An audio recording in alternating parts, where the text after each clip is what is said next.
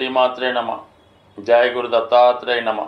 ఈ వీడియోలో మనం ధనుస్సు రాశి వారికి నవంబర్ 15 నుంచి 23 మధ్యలో జరగబోయే వార ఫలాల గురించి తెలుసుకుందాం. మరి ధనుస్సు రాశి వారికి రాశి అందే శుక్రగ్రహ సంచారం. ఇది ఒక విధంగా జాతకుడి యొక్క జీవన విధానాన్ని పెంచుతూ ఉంటుంది. అతని యొక్క దైనందిన జీవితం, లైఫ్ స్టైలు కొంత రిచ్గా కనబడే అవకాశం ఉన్నది. ఇది స్త్రీలకి ఇంకా ఎక్కువ ఆకర్షణీయంగా ఉండే అవకాశం ఉంది. వారికి విలువైనటువంటి వస్త్రాలు, బంగారు ఆభరణాలు సమకూరే అవకాశం ఉంది. ఇది కళారంగంలో, సినిమా, టీవీ రంగంలో ఉన్న వాళ్ళకి, సెలబ్రిటీ రంగంలో ఉన్న వాళ్ళకి ఎక్కువగా రాణించే అవకాశం ఉన్నది. సో అలాగే ఎవరైతే ఈ రాశిలో ఉన్నటువంటి స్త్రీలు కానీ, అబ్బాయిలు కానీ వివాహ ప్రయత్నాలు జరుగుతున్నప్పుడు పెళ్లి చూపులు లాంటివి ఏర్పాటు చేసుకుంటే ఖచ్చితంగా వీళ్ళు అవతల వారికి నచ్చడం, తొందరగానే వివాహానికి ముహూర్తం ఫిక్స్ చేసుకోవడం కూడా జరిగే అవకాశం ఉంది. అలాగే వ్యక్తిగతంగా జాతకుడు కూడా ఎక్కువగా ఎంటర్టైన్మెంట్ కార్యక్రమాల్లోనూ బాగా విలాసవంతమైనటువంటి వాహనాల్లో ప్రయాణించడం జరుగుతూ ఉంటుంది.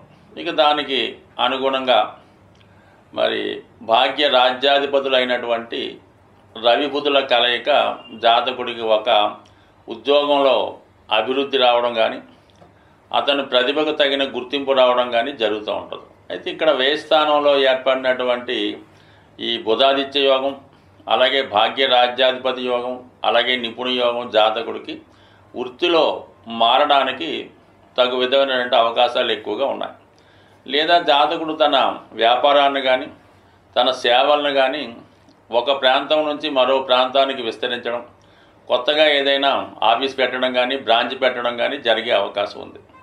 ఇది విద్యార్థులకి ఉన్నత విద్యా అవకాశాలతో పాటు ఏదైనా కంబైన్డ్ స్టడీ లాంటిది కానీ, లేదంటే ఏదైనా హాస్టల్లో ఉండి చదువుకోవడం కానీ, ఏదైనా ఒక రూమ్ తీసుకొని అక్కడ ప్రత్యేకంగా చదువుకోవడానికి కూడా ఎక్కువ శ్రద్ధ విద్యార్థులకు కలిగే అవకాశం ఉంది. అలాగే వ్యక్తిగతంగా జాతకుడు రవి వ్యయస్థానం వల్ల ఏంటంటే ప్రభుత్వానికి చెల్లించవలసినటువంటి ట్యాక్సులు, పన్నులు వగైరా చెల్లించవలసి ఉంటుంది. హాస్పిటల్కు సంబంధించిన ఖర్చులు కొంతవరకు ఉండే అవకాశం ఉంది. అలాగే విద్యార్థుల యొక్క చదువు కొరకు కానీ, గృహంలో కావాల్సినటువంటి ఎలక్ట్రానిక్ వస్తువులు, కంప్యూటర్లు మొదలగు వస్తువులు కొనడానికి ధన వ్యయం కూడా చాలా ఎక్కువగా జరిగే అవకాశం ఉంది ఈ రాశి వారికి మరి వ్యయస్థానంలో ఈ యోగం వల్ల. దాని తర్వాత మరి రాష్ట్రాధిపతి గురువు 6వ స్థానంలో ఉండి 6వ స్థానాధిపతిగా ఉన్నటువంటి శుక్రుడు రాశిలో ఈ పరివర్తన యోగం జాతకుడికి విజయ అవకాశాలు ఎక్కువగా ఉంటాయి. జాతకుడు ఏదైనా పోటీ పరీక్షలో కానీ, ఇంటర్వ్యూలో కానీ వెళ్ళినప్పుడు ఖచ్చితంగా విజయం లభిస్తూ ఉంటుంది.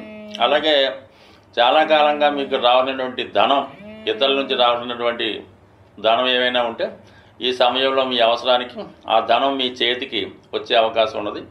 సో ఇక ఉద్యోగం కొరకు ప్రయత్నం చేస్తున్న వారికి ఖచ్చితంగా నూతన ఉపాధి అవకాశాలు ఏర్పడడం, ఉద్యోగంలో ఒక విధమైన మార్పు రావడం కూడా జరుగుతుంది. గత కొంతకాలంగా తృతీయ స్థానంలో వక్రగమనంలో ఉన్నటువంటి శని భగవానుడు రుజు మార్గంలోకి ప్రయాణించడం, అతి తొందరలోనే ఇంచుమించుగా రాబోయే 3-4 నెలల్లో చతుర్థ స్థానంలోకి మారే ముందుగానే జాతకుడు ఈ రాశిలో ఉన్నటువంటి వారు ఎవరైనా ఇంకా ఉద్యోగ ప్రయత్నాలు చేస్తూ నిరుద్యోగులుగా మిగిలి ఉంటే వాళ్ళు తక్షణం తమ యొక్క ప్రయత్నాల్ని కొద్దిగా పెంచడం వల్ల ఏదో ఒక ఉద్యోగంలో ప్రవేశించే అవకాశం ఉన్నది. సాధారణంగా శని భగవానుడు ఏదైనా ఒక విషయాన్ని ఇస్తే అది జీవితాంతరం జాతకుడి నుంచి ఎవరు కూడా తీసుకోలేరు అన్నమాట.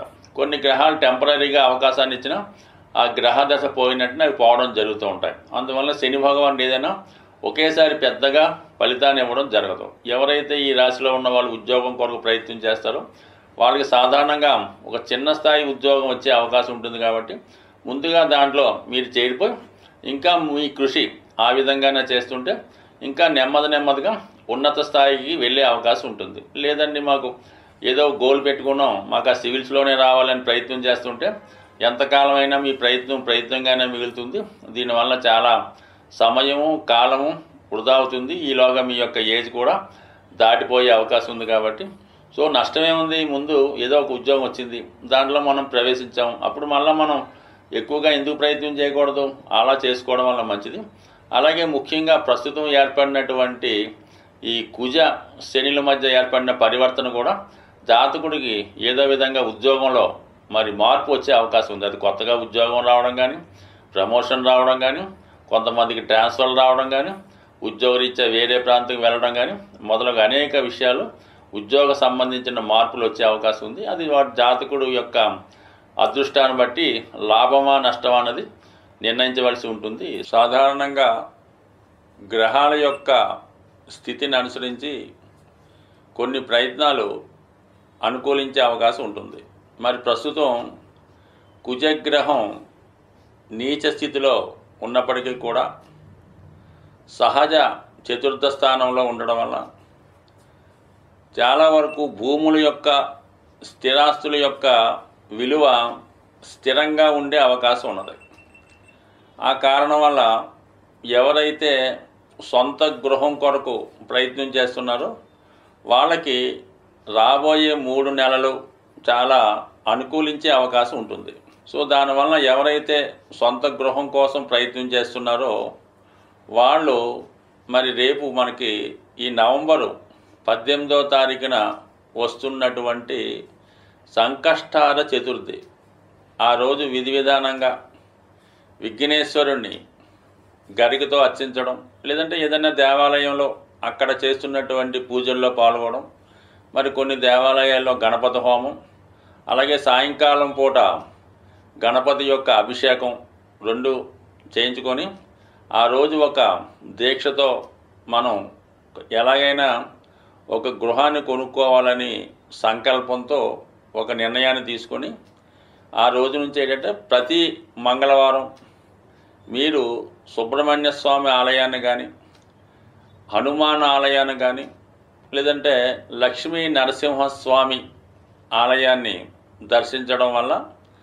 మరి అలాగే కొంతమందికి ఏంటంటే భూములు చికాకులుగా ఉంటాయి. కొంతమంది ఆస్తి పంపకాలు అయినప్పుడు కూడా చేతికి రాకపోవడం, పెద్దవారు ఆస్తి పంపకుండా వాళ్ళ దగ్గరే ఉంచుకోవడం, మీ యొక్క స్థిరాస్తి ఇతరుల చేతిలో ఉండిపోయి మన చేతికి రాకపోవడం, అటువంటి వాళ్ళు భూసూక్తం అనే పారాయణ చేయించుకోవడం అనేది ఉంటుంది. అంటే మనకి మీరు యూట్యూబ్లో సెర్చ్ అయినప్పుడు ఈ భూసూక్తం అంటే వస్తుంది. అది తరచూ వినడం వల్ల కానీ కొంతమంది గృహంలో ఏదైనా పండితులతో పారాయణ చేయించుకోవడం వల్ల భూములపై ఉన్నటువంటి సమస్యలు తొలగిపోయే అవకాశం ఉంది. అలాగే ముఖ్యంగా స్త్రీలు ఎక్కువగా స్త్రీలకు ఏంటంటే మరి అద్దెల్లో ఉండి ఇబ్బంది పడడం కన్నా ఏదైనా చిన్నదైన సొంత ఇల్లు కావాలని కోరుకున్న వాళ్ళకి వాళ్ళు ప్రతిరోజు కూడా ఈ కార్తీక మాసం ఎలాగా ప్రతి వాళ్ళు కూడా సాయంకాలం పూట ఇంట్లో దీపారాధన చేస్తుంటారు కాబట్టి మరొక ప్రశాంతమైనటువంటి సాయంకాలం చక్కగా మొదలు పెట్టాలి. ఏంటంటే మణిదీప వర్ణన అనే ఇది కల్పం ఒకటి ఉంటుంది. అది ఒక పూజా విధానం. అంటే మణిదీప వర్ణన అనే అంటే మన లలితా సహస్రనామంలాగా అది కూడా అమ్మవారి యొక్క గృహాన్ని వర్ణించే విధంగా ఉంటుంది. అది మీకు యూట్యూబ్లో దొరుకుతుంది, పుస్తకాల రూపంలో ఉంటుంది. దాన్ని ప్రతిరోజు విధి విధానంగా పారాయణ చేయటం వల్ల అంటే కేవలం స్త్రీలే కాదు మగవాళ్ళు కూడా ఈ మణిదీప వర్ణన పారాయణ చేయడం వల్ల అతి తొందరలో సొంత గృహం అన్నది ప్రతి ఒక్కరికి ఏర్పడే అవకాశం ఉంది. అలాగే నవగ్రహాలను పూజించేటప్పుడు కుజుడిని కూడా పూజించడం, కుజునికి సంబంధించినటువంటి స్తోత్రాన్ని పారాయణ చేయడం. అయితే ఎక్కువగా నవగ్రహాలని మనం పూజించేటప్పుడు అందరినీ కూడా సమానంగా అందరినీ ప్రార్థించాలి. అన్ని గ్రహాలకు సంబంధించినటువంటి స్తోత్రాలను కూడా పారాయణ చేయడం. అంటే కొంతమంది పర్టికులర్గా శని భగవాన్ని, పర్టికులర్గా రవిని పూజ చేస్తారో ఆ విధంగా కాకుండా 9 మందిని సమానంగా పూజిస్తూ మీరు ఎవరి కొరకైతే ఆరాధిస్తున్నారో వారిని ప్రత్యేకంగా ఒక 18 సార్లు 40 సార్లు ప్రార్థించి మళ్ళా ఆ 9 గ్రహాలని మళ్ళా పూజించడం వల్ల ఆ గ్రహాల యొక్క అనుమతితో పర్టికులర్గా మీకు కుజగ్రహ అనుగ్రహం లభించే అవకాశం ఉంది. కాబట్టి ఇది ఏదైనా ఒక పూజ అన్నది విధి విధానంగా పద్ధతిగా చేయడం వల్ల అది నమ్మకంతో చేయడం వల్ల ఖచ్చితంగా మీ యొక్క సంకల్పం నెరవేరే అవకాశం ఉంటుంది. స్వస్తి.